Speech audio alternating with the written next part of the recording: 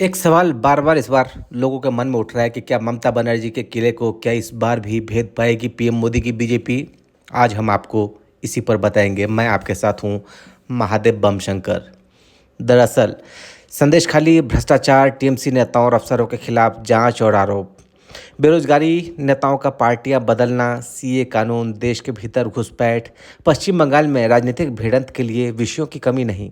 लेकिन आपको लोग कहते नजर आएंगे कि किसी भी लोकसभा सीट पर उम्मीदवार चाहे जो भी हो, ये चुनाव मोदी बनाम ममता बनर्जी है।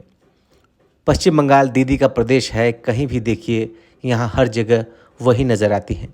साल 2011 में 34 साल राज करने वाली वामपंथी सरकार के खिलाफ ऐतिहासिक जीत दर्ज करने वाली ममता बनर्जी 2014 के लोकसभा चुनाव में पश्चिम बंगाल के 42 में से 34 सीटें और फिर 2016 का विधानसभा चुनाव जीतकर राज्य में अपना सिक्का जमा चुकी थी।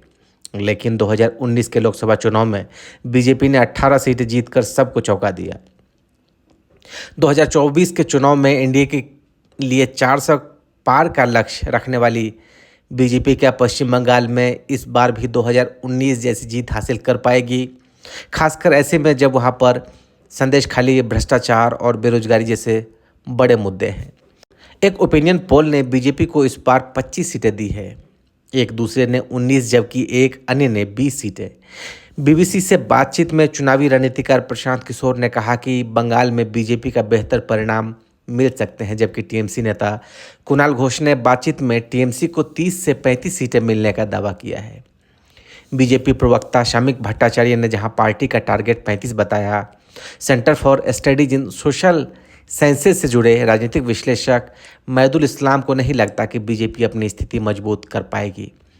इंडिया गठबंधन से अलग होकर भी सभी 42 सीटों से चुनाव लड़ने वाली टीएमसी के लिए आलोचकों को ये दिखाने की चुनौती है कि वो पीएम मोदी को अकेले रोक सकती है। अगर ऐसा हुआ तो देश के विपक्षी नेताओं में ममता बनर्जी का कद बढ़ेगा, लेकिन अगर ऐसा नहीं हो पाया तो पार्टी से और नेताओं के टूटने और अगले विधानसभा चुनाव में पार्टी के संभावित प्रदर्शन पर सवाल उठने के डर की बात की जा रही है। ऐसे वक्त में जब सरकार पर भ्रष्टाचार के गंभीर आरोप लग रहे हैं और अनुव्रत मंडल, पार्थ चटर्जी ऐसे नेता जेल में हैं, आखिर क्या होगा बताना मुश्किल है। लेकिन बीजेपी ने बंगाल में जीत के लिए एड़ी चोटी का जोड़ लगा दिया है।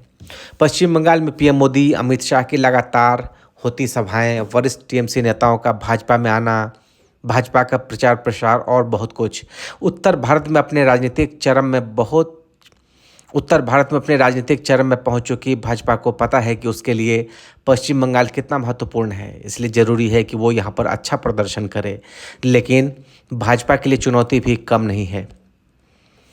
15 मार्च की शाम कोलकाता में भाजपा नेता शामिक भट्टाचार्य के घर के गेट पर कैमरे लिए पत्रकारों की भीड़ थी। सामने लकड़ी की ऊंची मेज पर माइक का ढेर था।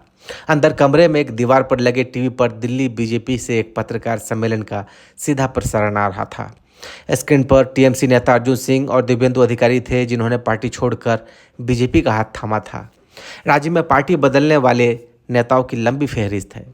पत्रकार वार्ता समाप्त होने के बाद 40 साल संगठन के साथ जुड़े शामिक भट्टाचार्य ने कहा, अमित शाह जी ने 35 घंटे की बात की है, हम उसे साकार करने के लिए जुटे हैं।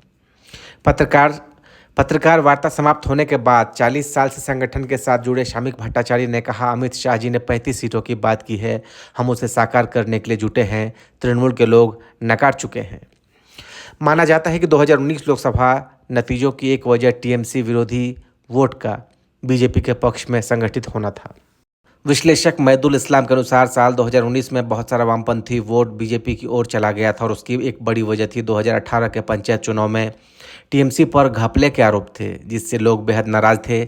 भाजपा के पक्ष में वोट करने की एक और वजह थी बंगाल के राजनीतिक चक्रव्यूह में कार्यकर्ताओं में सुरक्षा की दरकार, क्योंकि वामपंथी दलों और कांग्रेस का गठजोड़ न होने के कारण लोगों के पास विकल्प सीमित थे और उन्हें भाजपा में बेहतर विकल्प नजर आया। उनके मुताबिक वामपंथी पार्टियों का वोट अब उनके पास वापस आ रहा है, जिससे उन्हें नहीं लगता कि भाजपा अपनी सीटों में सुधार कर पाएगी। वरिष्ठ पत्रकार शिखा मुखर्जी के हिसाब से किसी ने नहीं सोचा था कि वामपंथी वोट भाजपा को इस तादाद में मिल जाएगा। पूर्व वाम नेताओं की तस्वीरों से पटे पड़े सीपीएम दफ्तर में चाय के बीच मोहम्मद सलीम ने बताया कि पिछले 2 सालों में उनका छिटका वोटरों का एक हिस्सा वापस आया है और सबूत के तौर पर वो 2023 के पंचायत चुनाव और 2021 के विधानसभा चुनाव के बाद हुए उपचुनाव का हवाला देते हुए जहां वामपंथी वोटों का इजाफा हुआ, वो वोट में इजाफे की वजह पार्टी में नई पीढ़ी के नेताओं, जिनमें मीनाक्षी मुखर्जी का नाम लिया जाता है, उनका उभरना बताते हैं। हाल में वाम संगठन democratic youth federation of India का इंसाफ यात्रा निकालना और कोलकाता के ब्रिगेड ग्राउंड में एक बड़ी रैली करना, इसे वामपंथियों के जनाधार को वापस खींचने की कोशिश के तौर पर देखा गया। लेकिन पत्रकार शिखा मुखर्जी नहीं मानती कि लोकसभा चुनाव में लेफ्ट वोट वापस आएगा और उनके अनुसार भीड़ को वोट से जोड़ना ठीक नहीं। उधर राजनीतिक रणनीतिज्ञ प्रशांत किशोर कहते हैं कि सत्ता के हर स्तर पर यानी पंचायत, विधानसभा और लोकसभा में तृणमूल का हावी होना उनके लिए सिरदर्दी भी पैदा कर सकता है और संदेशखाली जैसे मुद्दों पर नुकसान सत्ताधारी पार्टी को हो सकता है। बीजेपी समर्थकों को उम्मीद है कि सरकार पर भ्रष्टाचार के गंभीर आरोप, बेरोजगारी, सीए जैसे मुद्दों का उन्हें फायदा होगा और वोटों में, सीटों में वृद्धि होगी, क्योंकि चाहे सीए हो या धारा 370 को हटाना हो या फिर राम मंदिर का निर्माण, वो अपने वोटरों से कह सकते हैं कि उन्होंने जो वायदे किए थे उन्हें पूरा किया। बंगाल में बीजेपी की चुनौतियों के बारे में बात करें तो ये बात बार बार सुनने के लिए मिलता है कि बंगाल में दीदी को टक्कर देने के लिए भाजपा के पास मजबूत संगठन, कोई बड़ा चेहरा नहीं है। उनके कई नेता टीएमसी से आयातित हैं। लोग बताते हैं कि टीएमसी के मजबूत जमीनी संगठन के सामने भाजपा का उभरना आसान नहीं है। पश्चिम बंगाल में शुभेंदु अधिकारी बीजेपी का चेहरा हैं। ममता बनर्जी के नज़दीक माने जाने वाले शुभेंदु साल 2020 में कई टीएमसी नेताओं के साथ बीजेपी में शामिल हुए। अब उनके भाई दिव्येंदु अधिकारी, अर्जुन सिंह और तपस्वी राय भी बीजेपी में आ गए हैं। महदुल इस्लाम कहते हैं कि भाजपा का बंगाल में कोई मास लीडर नहीं है। शुभेंदु अधिकारी तृणमूल नेताओं पर निजी हमले कर रहे हैं, लेकिन बंगाल के वोटर राजनीतिक के तौर पर जागरूक हैं, उन्हें निजी हमले पसंद नहीं। उनका तर्क है, जब शुभेंदु अधिकारी ने तृणमूल कांग्रेस छोड़ा तो उनका जनाधार पूरी तरह भाजपा में नहीं गया। इसकी वजह है आम लोगों की मदद के लिए बंगाल सरकार पर उनकी निर्भरता। उन्हें लगता है कि अगर पद पर नए लोग आएंगे तो उन्हें उनसे नए तरह के रिश्ते बनाने पड़ेंगे। महदुल इस्लाम कहते हैं कि पश्चिम बंगाल, उड़ीसा, बिहार ये 3 राज्य हैं जहां लेबर ज़्यादा है। वो राज्यों पर मदद के लिए बहुत निर्भर हैं। यहाँ राजनीतिक हिंसा भी ज़्यादा होती है क्योंकि बहुत लोग नेताओं पर निर्भर होते हैं। उन्हें लगता है कि अगर नेता चला गया या बदल गया तो हमें मदद कैसे मिलेगी। शिखा मुखर्जी के मुताबिक भाजपा का बंगाल में किसी आंदोलन से न जुड़ना, राम मंदिर आंदोलन का बंगाल में असर न होना आदि भाजपा के लिए चुनौतियाँ हैं।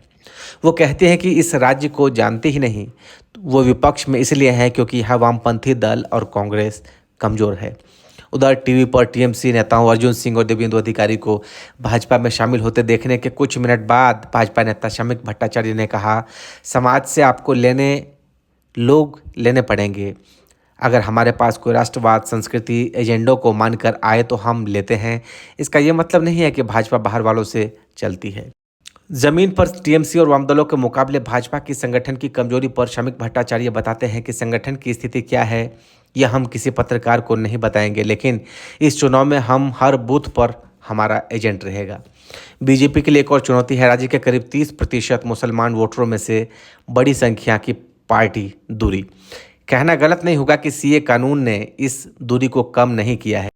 इसी के साथ महादेव बम शंकर को दीजिए इजाज़त। अगर आपको वीडियो अच्छा लगा हो तो इसको आप लाइक करिए, चैनल को सब्सक्राइब करिए और ज़्यादा से ज़्यादा इसको शेयर करिए। बहुत शुक्रिया आप सभी का।